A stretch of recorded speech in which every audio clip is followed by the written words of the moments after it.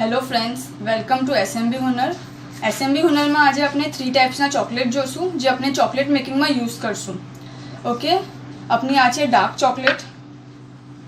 આમાં higher content of cocoa હોય છે, તેથી આ કલરમાં બી ડાર્ક છે અને આપણે આને ડાર્ક જ કહીશું. આ dark chocolate, dark compound chocolate આપણે આ નામથી આપણે એને ઓળખીએ છીએ, ડાર્ક કમ્પાઉન્ડ ચોકલેટ. પછી છે આપણી મિલ્ક ચોકલેટ. આ મિલ્ક ચોકલેટ છે, લેકિન આ વ્હાઇટ નથી કેમ કે આમાં બી મિલ્ક અને સાથે કોકો કન્ટેન્ટ છે.